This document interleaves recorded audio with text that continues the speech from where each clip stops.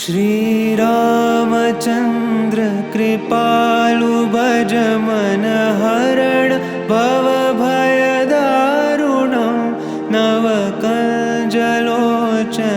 कञ्जमुख करकञ्ज पदकञ्जारुणं Shriram Shriram